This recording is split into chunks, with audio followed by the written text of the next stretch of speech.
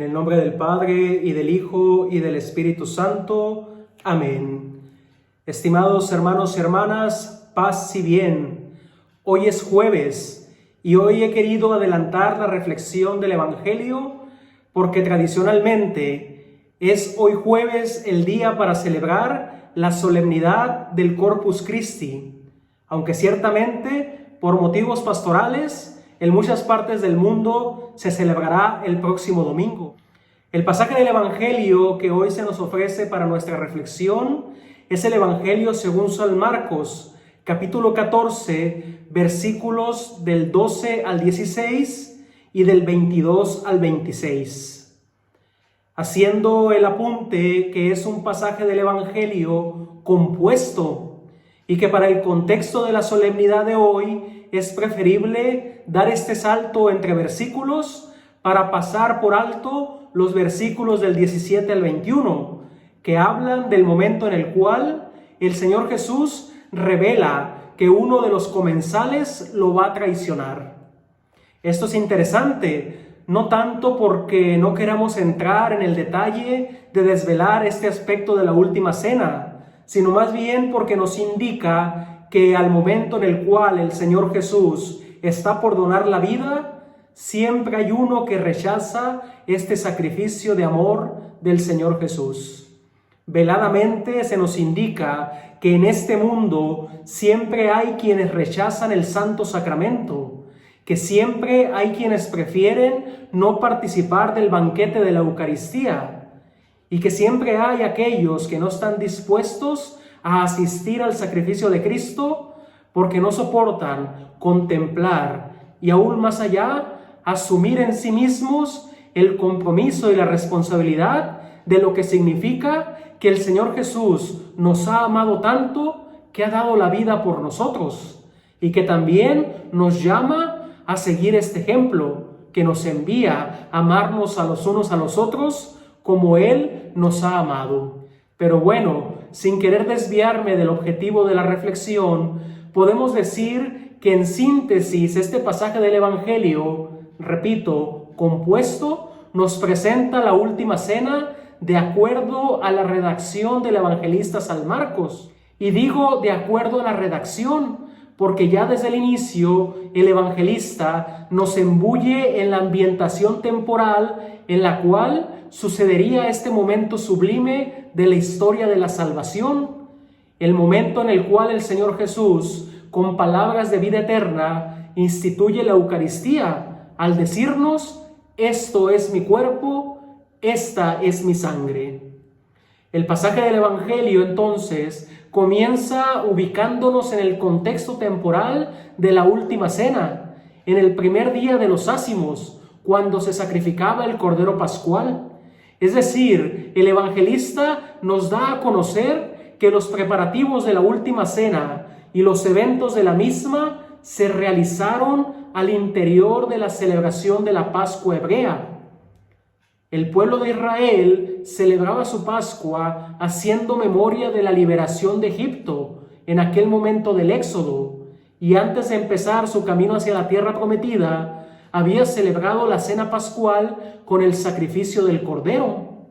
Ahora el Señor Jesús, al instituir el banquete celestial en el contexto de la Pascua hebrea, indica que el pan eucarístico será el alimento de aquellos que caminan hacia la nueva tierra prometida que es el cielo. Por eso, la Eucaristía también será llamada prenda de nuestra gloria futura. Es decir, la Eucaristía es el alimento que nutre, que fortalece, que dona lo necesario para seguir caminando, siendo peregrinos de la fe en este mundo. Pero al mismo tiempo se convierte en el signo límite de nuestra humanidad, porque la Eucaristía cotidiana es necesaria para quienes hemos tomado en serio y con compromiso la vía nada fácil de vivir el Evangelio. En otras palabras, aquellos que nos hemos sentido a vivir el Evangelio, a querer día a día amar a nuestros semejantes como Jesús nos ha amado, como Jesús nos ha enseñado, el alimento eucarístico es el motor, es la fuerza, es aquello que nos lleva a donarnos a los demás hasta el límite. Por eso, quienes tenemos la oportunidad de comulgar cada día, no es porque seamos santos, sino más bien porque tenemos necesidad del Señor Jesús, necesidad de estar con Él y que Él habite en nosotros. Tenemos necesidad de que Él sea quien nos lleve a amar a los demás como Él nos ha amado.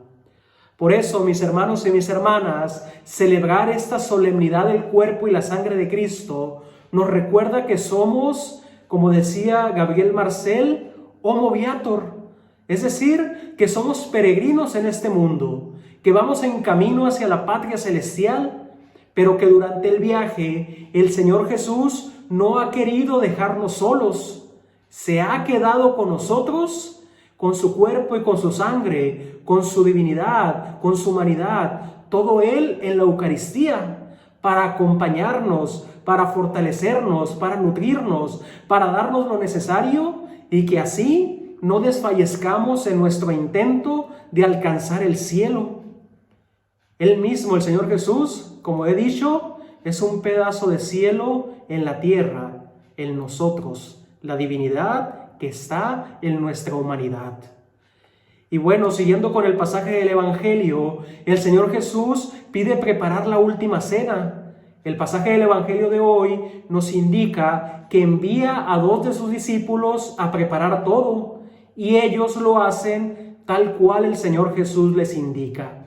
Es decir, el Señor Jesús prepara el ambiente para celebrar esta última cena, y de ese modo indicar a sus discípulos lo que ha de venir, lo que ha de suceder, porque Él conoce las disposiciones divinas y obedece el plan establecido por Dios. Dios mismo quiere hacer partícipe a la humanidad de su reino eterno. Por eso, en el texto de San Marcos, la Eucaristía se presenta como una invitación al banquete del reino y como una respuesta de aquellos comensales que aceptaron participar de ello. Por 2 ocasiones viene la expresión se los dio a ellos. Primero su cuerpo, luego su sangre, dándonos un aspecto significativo en la segunda ocasión cuando dice y todos bebieron de él. Así la participación de los discípulos es completa, es plena. Cada uno de ellos reciben el don del Cristo eucarístico, nutriéndose de Él, de su cuerpo y de su sangre. Aquí podemos entender entonces también el aspecto litúrgico de nuestras celebraciones, o la plenitud que conlleva celebrar las mismas. Es decir, nosotros no solamente nos alimentamos de la palabra de Dios, que ya en sí misma es muy buena.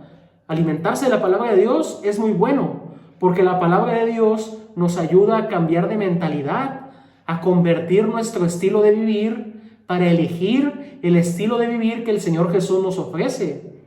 Quien confronta su vida con la Sagrada Escritura, con los Evangelios, con lo que nos ha revelado la Iglesia a través de los Evangelios, pues cambia su forma de pensar, busca vivir de acuerdo a como el Señor Jesús vivió.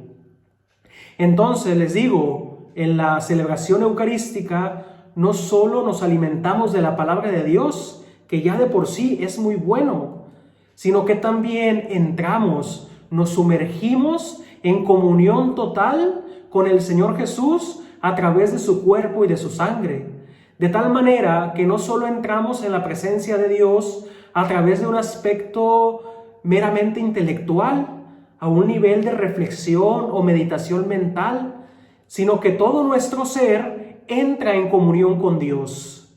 Y esto, mis hermanos y mis hermanas, es sumamente maravilloso, porque también nos va a indicar que, a diferencia de la Pascua hebrea, en la cual se buscaba ofrecer a Dios algo diverso de nosotros mismos, como animales o productos de la tierra, ahora la Eucaristía nos indica que el camino es ofrecernos a nosotros mismos como una ofrenda pura y agradable a Dios. Se entiende entonces el sentido de sacrificio y de ofrecimiento que el Señor Jesús hizo en la última cena y que también anticipaba su verdadero sacrificio en la cruz. Nosotros ciertamente estamos invitados a hacer una ofrenda a Dios, pero siguiendo el ejemplo de Jesucristo, que se ofreció verdaderamente. Por eso sus palabras sobre el pan y sobre el cáliz expresan la magnitud de lo que quería hacer en la cruz: entregarse por los suyos, por toda la humanidad, por el mundo, con un amor sin medida. La Eucaristía entonces se convierte en esa entrega de parte de Dios de un amor sin medida. Y la muerte que tendrá el Señor Jesús en la cruz tiene el sentido que Él mismo quiso darle. No pretendió que fuera una muerte sin sentido o vacía, ni un asesinato horrible. No fue cuestión de decir que quería morir, sino que sabía que tenía que morir. Y para que la humanidad comprendiera que solamente desde el amor hay futuro, desde el amor hay verdadera vida. Y es por eso que al quedarse en la Eucaristía, este sacrificio de Cristo en la cruz sigue perennemente, pero de una manera incruenta, cada vez que celebramos la misa. Así pues, mis hermanos y mis hermanas, también podemos comprender desde esta perspectiva, desde la perspectiva que decimos que desde el amor hay futuro, podemos comprender las palabras final del pasaje del Evangelio de hoy. El Señor Jesús dice: en verdad les digo que ya no beberé del fruto de la vid hasta aquel día en que lo beba de nuevo en el reino de Dios. ¿Qué quería decir con esto? Por un lado, podemos intuir que se trataba de un futuro próximo, como el de la Iglesia que celebra la Eucaristía bajo la presidencia de Cristo sacerdote.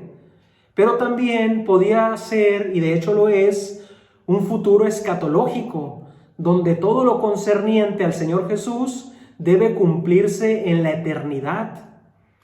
Es así que la mesa donde Cristo celebra su Pascua con sus discípulos recuerda de hecho otra mesa que no es de esta tierra, sino que descrita en la carta a los Hebreos en términos de un santuario celestial, donde Cristo entra como sumo sacerdote. Es decir, habla de la liturgia celestial, de la iglesia, de Cristo presidiendo a la iglesia en toda la eternidad. Por tanto, la Eucaristía ciertamente es el alimento de los que caminan, de los que peregrinan en esta tierra, pero también es la promesa del futuro encuentro de todos los elegidos con Dios en la Jerusalén celestial, donde se celebrará la Pascua definitiva. La iglesia terrena, reunidos para celebrar la Eucaristía, en definitiva, es el símbolo del encuentro universal de toda la humanidad reunida con el Padre. El vino, en el símbolo bíblico, representa la alegría de la comunión fraterna o la felicidad que proviene del amor. Desde este punto de vista, la Eucaristía está en el centro entre el presente y el futuro. Es la forma en que Cristo permanece entre nosotros hasta que vayamos a Él, hasta que nos encontremos con Él por toda la eternidad. De ahí entonces que hay que destacar que este mismo versículo final nos habla de una nueva realidad de la fraternidad humana que regresa a la paternidad de Dios gracias a la sangre de la cruz del Señor Jesús. Así entonces el fruto de la vid es el símbolo de una comunión nueva y más perfecta que la experimentada en la tierra. Cristo, nuestro Señor Jesucristo, no beberá más de este fruto hasta el día en que lo beba de nuevo en el reino de Dios, es decir, cuando la humanidad esté totalmente en una sola unidad en el cielo.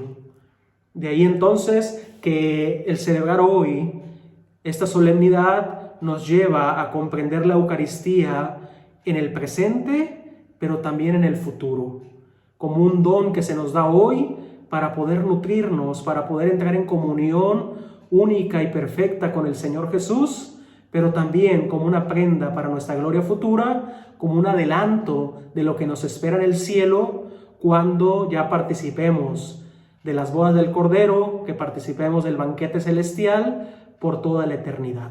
Mis hermanos y mis hermanas, feliz solemnidad del Corpus Christi, feliz fiesta, Dios les bendiga, y si les gustó este video, denle me gusta al canal y sigan compartiendo con sus seres queridos para seguir creciendo en esta comunidad de los que reflexionamos el Evangelio del domingo.